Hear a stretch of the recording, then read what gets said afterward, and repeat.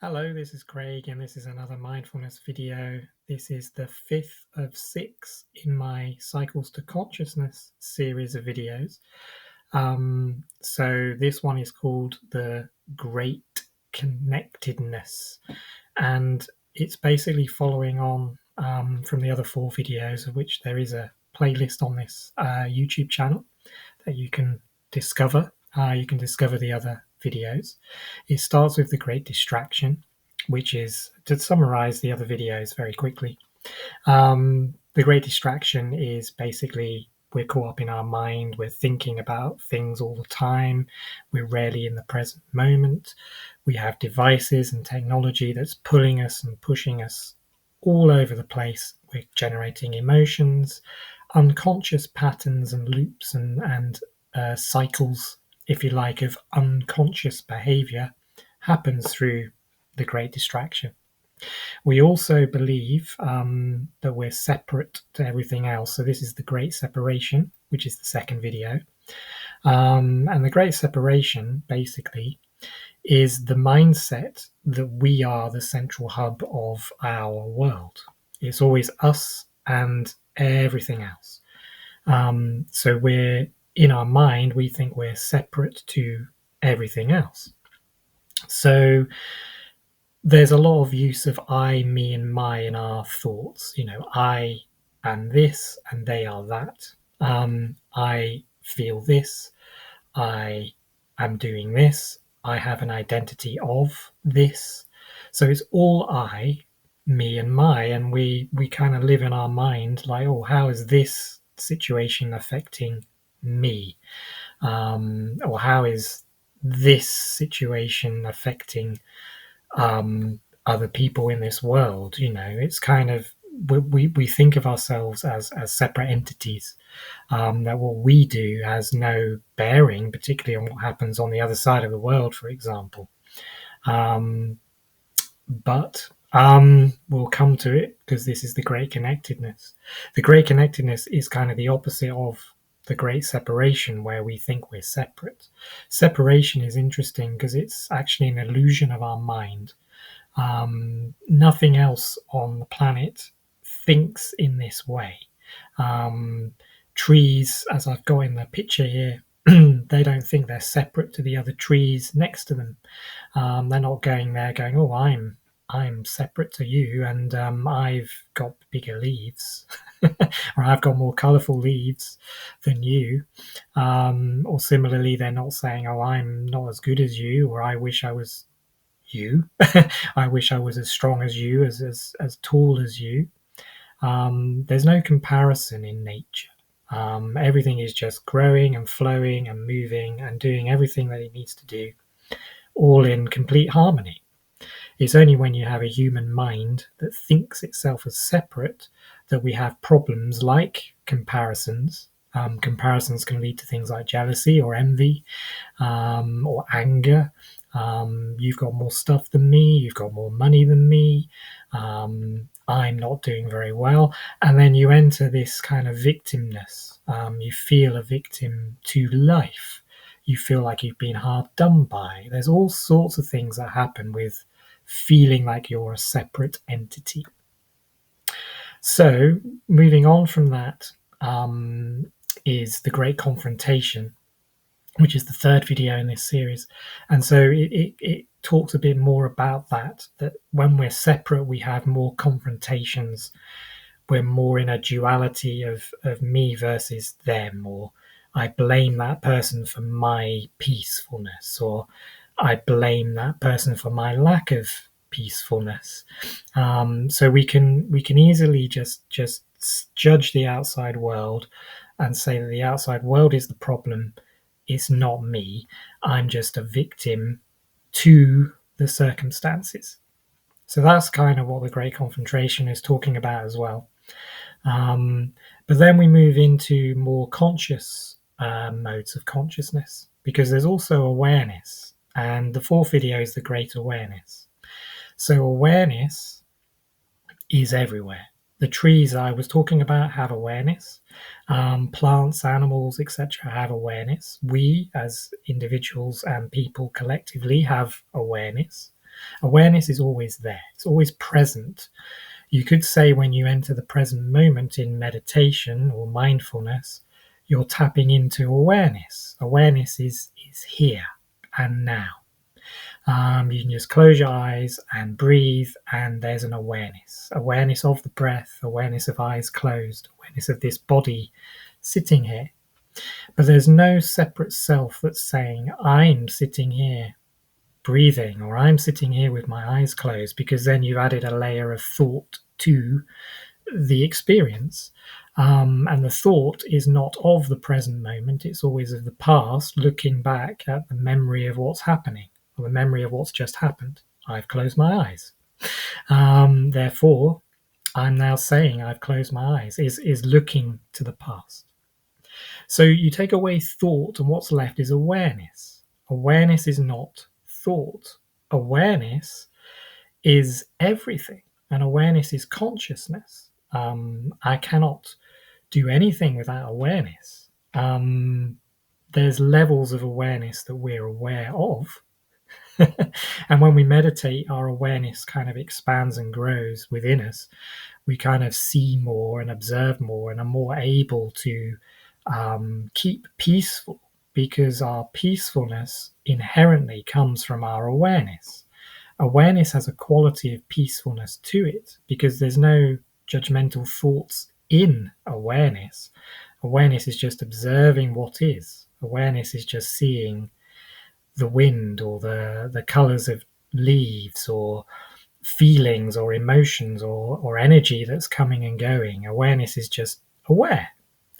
So we can enter this state, and we do this in meditation. We enter a state of awareness. So awareness is letting go of the separate idea of ourself, the separate ego, and coming into being. And when you be, there is no separation. You are one with the experience of being, just like a tree. So we could be sitting underneath a tree, and we can close our eyes and meditate, and we forget ourselves. We forget about the person, the personal identity, this separate me. And you're just there, and there's an experience. There's feelings, because your body can touch and feel things. So there's a feel of bark on your back if you're sitting back to a tree. There's maybe a feel of wind as it goes through your face. There's a feeling about external things, but there's no thought about you as a separate person or a separate individual. You're just one with it. And there's a peacefulness to that. There's a kind of harmony to that. So this is what leads into this video, the Great Connectedness. And the Great Connectedness is the opposite to the separation mentality. So connectedness is oneness. And you can really go into it in a deep way. You can start looking at objects, any form or shape that you see. And you can immediately, through a bit of pondering, a bit of observation, realize that that object or thing cannot exist separately by itself. It's impossible. The tree needs the soil, it needs rain, it needs wind, it needs sun to grow. It needs the correct conditions for that tree to flourish, otherwise it wouldn't be there. The tree itself cannot be separate. A tree cannot just sprout separately. It needs other things in order for that to happen. So everything is connected. Everything that happens has a knock-on effect to something else. There's always a knock-on effect.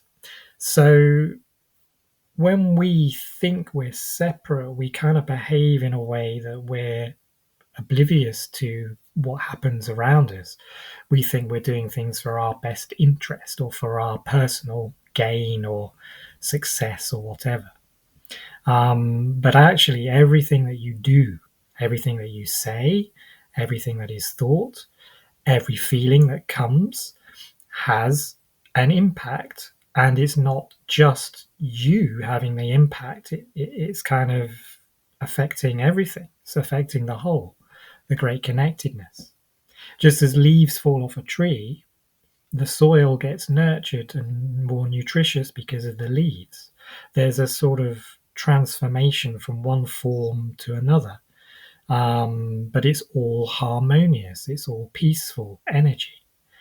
When we find we're in non-peace, it's because we've taken a step away from this truth that everything is connected, and we've entered our personal identity, and then we can start to analyze and go, well, I don't like that, and I like this, and that's awful, and I wish that was different, and I don't want that. And you've entered this duality of mind where you pick what you want and get rid of what you don't want in order to make yourself feel whole. However, the great connectedness is pointing to the fact that you don't need to do any of that. You are already whole. You are already complete. All you have to do is observe what comes your way, what enters the body's, touch, taste, sound, smells, sights, etc. But also what enters the consciousness, what thoughts you're having, what feelings are generated from those thoughts, what imaginings are you having, because all of these things will affect the whole. That's what connectedness is. So, just as leaves affect the soil as they fall, just as rain can make things grow, just as sunshine can make things grow, just as breathing can keep you alive, just as um, all sorts of things, just as food will give you energy. Without all those things, I wouldn't be able to be here today to talk to you on this video. Um, and you can trace back every object to a root thing. And that root thing, eventually, you get to the point is awareness. Is there's consciousness in order for things to develop and grow. A tree needs to be aware that there's sunshine in order to sort of move its branches. Sometimes trees lean forward to gain more sunshine. So there's a consciousness there. There's an awareness in a tree. There's an awareness in a flower. And a flower knows when to blossom. There's no thought, there's no brain in there. There's no mind saying, oh, I must blossom at a certain time. It just happens, and it happens very naturally. So everything comes to you and is giving you all the conditions you need in order to blossom. And when we start looking at things as a connected way, even just objectively, you could think of it, right? Everything's connected. Therefore, my actions will affect something. You get synchronicities when you think about things, and it emerges. You can do manifestations where you're wanting something, and you imagine it already here, and you kind of accept that, and often things can manifest. All of these things are happening magically, you could say. They're not like you personally running this ship. Things are happening. You put thoughts out there. You have ideas coming unbidden sometimes. Where do the ideas come from? There's a lot of connectedness and a lot of energy that's moving through. And at a quantum level, it's all molecules and atoms and vibrating energy. It's all frequency and wave patterns. So when we feel heavy or we feel tense, we've entered that wave pattern. We've lowered a vibration in the field of consciousness, if you like. I don't want to go too deep into all of that stuff because that's for another video. What I'm really trying to say here is there is no separate self. And you can look at the Great Separation video to get more on that. But there is just a mind that thinks it's separate, and this mind can obscure the awareness, the harmony, the peacefulness that's already here, available to you. All you have to do is come away from mind and into your being. So beingness is connectedness. And so when you're being, you're kind of vibrating at the the energy of awareness, and awareness is everything. Everything becomes very peaceful and calm and joyful. There can be a bliss comes with meditation. So when you're in that form of vibration, all sorts of amazing things seems to happen in your life because you're kind of in that energy. Whereas if you're in an energy of despair or destruction or anger or violence or judging or in the separate self again, saying, oh, well, that's no good, that's affecting me, um, then you're not actually in that higher vibration, and what you'll pull in towards you is of similar energy to what you're putting out. So what you think and how you feel can influence what's going on around you, because everything is connected. So don't ever think that your words mean nothing, or your thoughts mean nothing. They carry an energy with them. Energy is happening all the time and is transforming, as I say, into different shapes, even things that we can't see, but also things that we can see, like trees. Um, so everything is connected. So, what does that do for us, knowing that everything is connected? Well, it starts to change what we do in the world. Instead of being judgmental at somebody or being angry at somebody, if we believe in connectedness and we really trust that, we know that that anger will affect that other person, and that is creating more suffering in that other person. The energy is pulling people down into lower vibrations. If we're kind and compassionate and supportive and loving, then that's a higher vibration, and we know that's going to ease suffering in everything that we see. If you give love to your body, if you give love to trees, if you give love to plants, if you give love to other people, if you give love to yourself, everything will nurture and blossom. The mind is what has the fear, because all is love, really. All is unconditionally loving. That tree in the picture is unconditionally loving to the tree next to it. It's not judging or blaming or criticizing. So we're kind of going back to our natural state of harmony, of unconditional love. So if unconditional love isn't there, part of you is has a memory or a judgment of something, and we become separate again. We become into our person again, and we get very upset, or we can get very uptight. So the practice of great connectedness is to come away from person and into awareness. Awareness is connectedness. Awareness is everything. And the more aware that we are, then things flow, things shift, things are loving around us, things are peaceful around us, there's harmony around us, and we're in our kind of highest, the great power, if you like, the power that's always there, underneath all our worries and doubts and insecurities and our fears. Underneath that is a solid, peaceful base. And that peaceful base is being, beingness, awareness.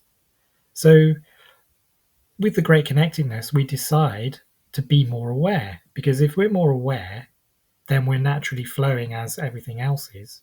We're knowing that what we do is going to have repercussions and is going to cause something to happen somewhere. And so we try and act from a more loving, kind, peaceful place. That's kind of where we get to.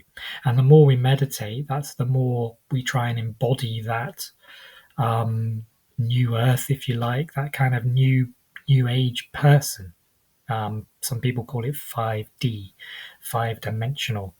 When you're in peace, when you're in being, that is your fifth dimension, because you're entering awareness. You're entering the reality of isness, what is happening, not what you perceive to be happening in your mind, which is 3D, which is person. So the more you're in person, the more you suffer, because you start analyzing things and blaming things for your inner peace. However, your inner peace is inside job, is inner peace, is transforming your peacefulness simply by removing all the blocks to the peace that's already there. Because peace is already here in awareness. And knowing that things are connected and that there is no personal self identity, there is just this moment. The more that one taps into that, the peace comes, because the peace is already there. So the practice and the work is to unravel all those thoughts, is to let them all pass by, not attaching to them, disregarding them, coming back to your true nature, your beingness, over and over and over. And the more beingness that you're in, the more aware you are, the awareness grows, everything becomes a lot easier in your life and a lot less fraught and a lot less problematic, simply because you've let go of the notion of you as a personal being. Whew, that's a lot, isn't it? That is a lot. And it's a lot to take in. And it's hard for the mind to take it in, because the mind will say, well, that's ridiculous. Of course I'm separate. But nature is your greatest teacher. Going out and being in trees and wildlife and just seeing what's going on, seeing that everything has repercussions, everything has knock-on effects, everything is connected. None of these things can exist without other things. We cannot exist without other things. We wouldn't be here. We cannot exist as a separate self. So it's an illusion to think we're separate. Sometimes we have to enter our personship, our personhood, if you want to call it that way, in order to do things and eat and achieve things and all the rest of it and think about projects. And it's fine. There's no problem with that. But we're using that as a tool. We're not using that as the whole reason in our existence, because there is this greater existence of awareness. You can be aware of your thoughts. So who is the person being aware of the thoughts? So it starts getting a little bit interesting when you start delving into this. Thoughts are just thoughts. Awareness is there. Awareness can see all the thoughts. It can see all the patterns. It can see all the habits. It can see everything. And you can just watch things go by. You're not in here plotting and scheming, because you're doing that from the level of mind. And mind is constantly trying to fix and solve things. And some things can't be solved. The best thing is to enter the awareness, the connectedness, the beingness, and everything gets solved.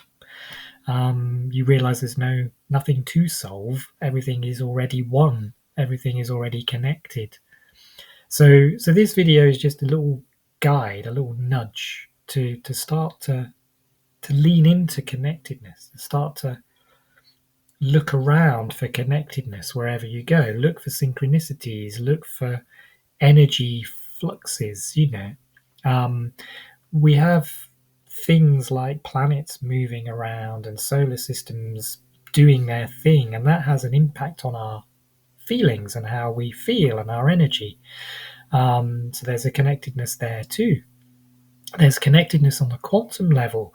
We can sometimes feel emotions or energy before we have to even look with our body at it. Or we can enter a room and we know that that's an angry room. We have kind of borderline telepathy sometimes. There's all sorts of magical things that seem to happen in the quantum world that scientists are still looking at from a scientific level. But it all seems to point to a connectedness, a oneness, that everything is affecting everything else. So trusting that everything is affecting everything else, your actions will affect everything else. Your demeanor will affect everything else, and also influence who comes into your life. So it's very, very interesting that when you're vibrating at a certain frequency, other vibrations of that frequency seem to come. And it's all this kind of field of consciousness. It's all awareness. So begin to come away from yourself. Come away from thinking of me, my, and I. That is the root cause of most of your suffering. And go for a nice walk and look at nature and forget yourself. Become nobody. Come away from all the thoughts and rules and conditions that you've put upon yourself or other people have put upon yourself, and just come back to now. Come back to this moment. Repeated practice of here and now will enter awareness, and awareness is your true state. Awareness is everything. And the more you practice, the more you see that, and the lighter you feel, the lighter you feel. And it's not like you're saying to yourself, I feel light, and all these people feel awful. Everybody is in the oneness. It's just people forget that they're part of everything, that they are connected to everything. They just keep looking at their own little problems, and that's your ego. That's the victimness. Come away from it and enter the grand world of awareness. Be in awareness, and you'll see and get insights and wisdoms about all sorts of amazing things.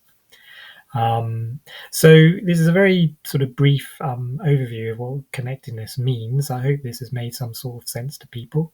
I hope you enjoyed the video. There is a final one in this series called The Great Harmony, which kind of just covers the whole thing. A way of living. We can live in harmony just by being aware. So awareness is your key to peace and joy and happiness. So that's what we practice. Okay, so thank you very much for watching. I hope this has been useful. And yeah, enjoy your days, everybody. See you again in another video. Bye bye just now.